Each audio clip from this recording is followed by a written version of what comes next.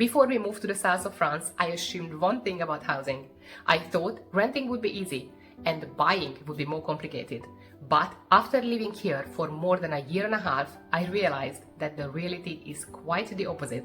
In fact, one of the biggest surprises was that finding a long-term rental when you first arrive can actually be much more difficult than buying a house.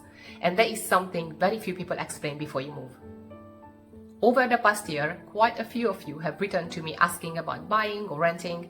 So today I want to walk you through how the system actually works in this part of the south of France.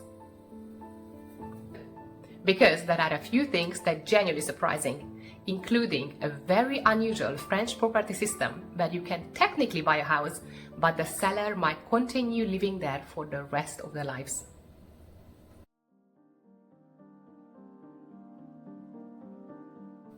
One of the first things that many newcomers discover when they start looking for rental in the rural parts of the Languedoc region is that simply there aren't many. A huge number are used for short-term holiday rental because summer bookings can be far more profitable for the owners. Others are second homes that sit empty for much of the year or have been pulled from long-term letting due to strict new energy rules since 2025. More on that later. So, the number of properties actually available for year-round rental can be surprisingly small, tighter now than ever in many villages. And that's something many people only realize once they start actively searching.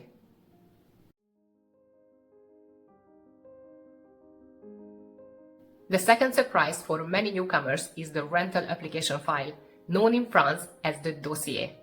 French landlords usually expect a quite detailed file before even considering a tenant. That normally includes proof of income, which often needs to be at least 3 times the rent, tax documents, passports or ID, employment contracts, pension statements, or proof of savings, and often a guarantor. Documents often need to be translated into French, ideally by a sworn translator if they are official. For people relocating from another country, that can feel quite daunting at first, as you may not yet have a French tax documentation, a French employment history, or a guarantor. Competing against other applicants can be a little challenging. Preparation makes a real difference here. One practical tip is to prepare your dossier even before you start looking at properties. Good renters in the Languedoc can move very quickly, sometimes within days. So having your documents ready can help you stand out. Many people translate key items into French ahead of time to make it easier for landlords to review. If a guarantor is required, here are a couple of useful options for newcomers. Private guarantor services like GrandMe or Cautionio could be your friend here. They usually charge a fee of around 4% of the annual rent. But if there is no other way, then looking into this may be a solution. The advantage is that they are often much easier for foreigners, self-employed people, retirees, and those without a French work contract to qualify for. There is another option for a rent guarantor, Viager. This is a free, government-backed rent guarantee from Action Lodgement. The state essentially acts as your guarantor if you stop paying rent. It's a great and free option if you qualify, but the eligibility rules can be quite strict, like age, income, rent caps, and residency limits. So this can be a little tricky for newcomers without a long-stay residence permit or French income history, and not every landlord accepts it. But again, if you do qualify, it is great. So, in simple terms, Viager is free, but with stricter rules, while private services cost a bit, but are more flexible for expats. These won't remove all the challenges of renting as a newcomer, but they can make the process smoother. Another small practical thing many people do before moving is open a multi-currency account so they can transfer money into euros easily when paying deposits or managing expenses in France. Wise is very useful for that, so I leave a link in the description below if that's helpful. Another reason landlords may seem quite cautious is the legal framework around renting in France. Tenant protection laws here are quite strong. Once the lease is signed, it can be difficult and time-consuming for the landlord to evict if issues arise. There is also an annual winter eviction protection called Trêve hivernale, which runs from the beginning of November till the end of March, which prevents evictions during those months. Because of that, it is no surprise that landlords tend to minimize risk before signing anything. That is why the dossier is so detailed. They are trying to ensure the arrangement will be stable for everyone involved. And I think that is completely understandable. Overall, from what I gathered from people in the area, if you prepare your dossier carefully and have everything organized and translated, the process becomes more manageable, but still not easy. And if you are currently looking and finding it difficult, you can reach out to me. I'm happy to share a couple of contacts that might be helpful.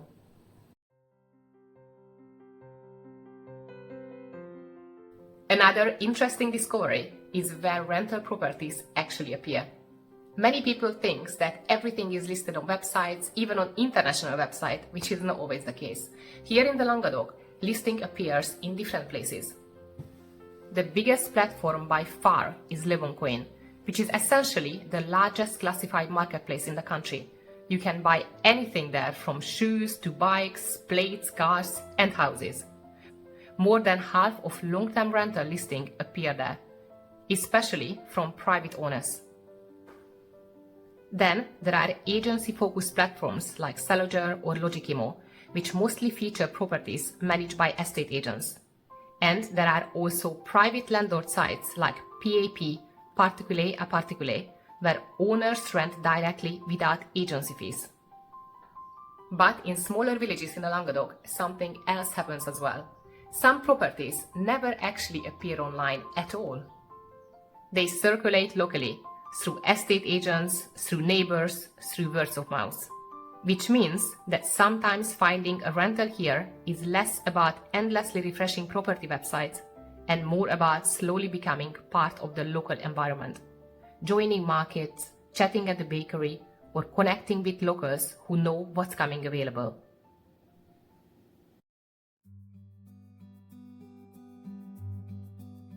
Generally, there are two main types of leases. One is location with, which is an unfurnished rental.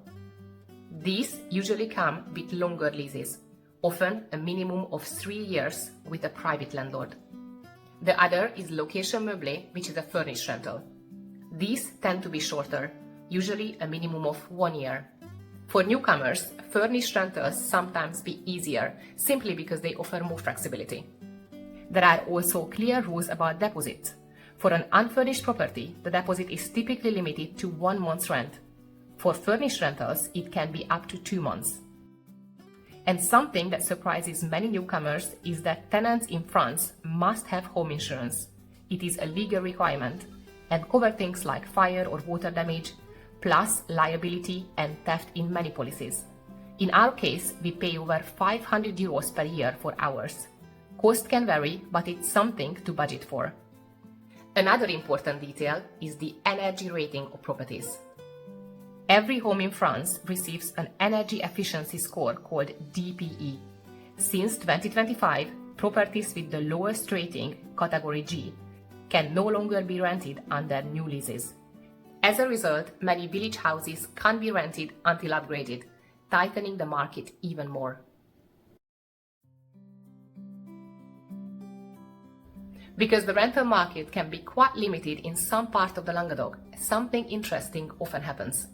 People who originally planned to rent for a longer time end up buying a property sooner than they expected. Not necessarily because that was the plan, but because they found a house they like, or simply because suitable houses just don't appear in the market. We were actually extremely lucky ourselves because we found the renter through a friend of a friend, so we rent directly from the owner and not through an agency. Which means that we were able to bypass quite a lot of steps in the application process, and I feel very fortunate about that. And one of the things that surprises many people when they start looking here is that in quite a few villages in this region, property prices can still be relatively accessible compared to larger European cities. Of course, buying property here also has its own structure, and it's quite a different process from what many people are used to. In France, the transaction is handled by a notary, who is basically a public official responsible for verifying that everything in the sale is legally correct and for registering the transfer of ownership. There is also a quite detailed set of property diagnostics that the seller must provide. This is called the Dossier, the diagnostic technique, and it includes reports of things like energy efficiency, electricity safety, asbestos, and a few other structural and environmental checks. Another detail that confused me at first is that the same house can appear online multiple times. That is because the seller often gives the listing to several agencies at the same time, something called a mandat simple. So when you are browsing on property website, you may realize that the same house appears with different photos, different agencies, and sometimes even with different prices. And in this region, there are also a few other things you need to be aware of. Some areas can be at risk of flooding or wildfires, so it's important to check those risks before buying. And on top of all of that, in rural villages, many houses are not connected to the main sewer system, but instead use a septic tank. If that system doesn't meet current regulations, the buyer may be required to upgrade it after the purchase. So it's definitely something worth checking carefully. If an upgrade is needed, you will want to factor that into your budget.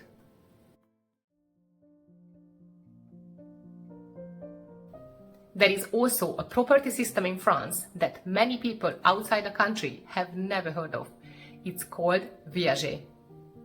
In a Viager sale, the buyer purchases the property, but instead of paying the full price upfront, they pay the seller gradually for the rest of the seller's life. Usually, there is an initial lump sum called the bouquet, and then a monthly payment known as the rente viagère, which is paid for as long as the current owner is alive. Sometimes the seller moves out straight away, but quite often the seller continues living in the house. So the buyer technically owns the property, but can't actually live in it until the seller passes away. And that means the final cost depends entirely on how long the seller lives. If the seller dies sooner than expected, the buyer might end up getting the property for much less than its market value. But if the seller lives for many more years, the buyer could end up paying much more. So it's quite an unusual arrangement and something that surprises many people the first time they hear about it.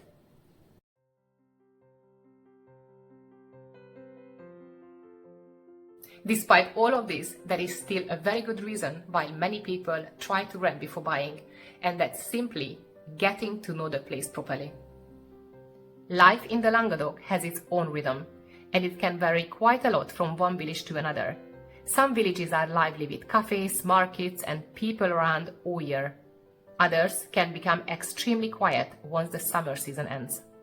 Some places has easy access to shops, schools, and healthcare, and others are much more rural and require a bit more driving for everyday things. And even the climate can surprise people.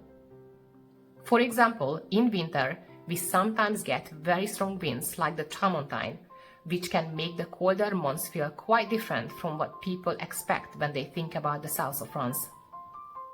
These are the kind of things that are not always obvious when you visit a place for a week or two, but once you live somewhere for a couple of months, you start to understand how daily life really feels.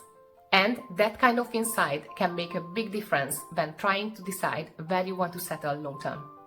Before we moved here, I struggled to find clear and practical information about what life here would actually be like, financially, administratively, and emotionally. And that's one of the reasons why I put together a detailed relocation guide explaining all of that and more. If you are seriously considering to move to France, I leave a link in the description below.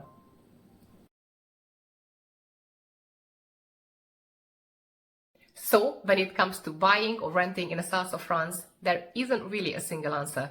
For some people, renting first makes perfect sense. For others, the limited rental market means buying a house sooner than expected. What surprised me the most about the housing system here is how different it is from what many people imagine before they arrive. But once you start to understand how the system works, it becomes much easier to approach it with realistic expectations. And that alone can make the whole experience of settling here feels much more manageable. A bientôt!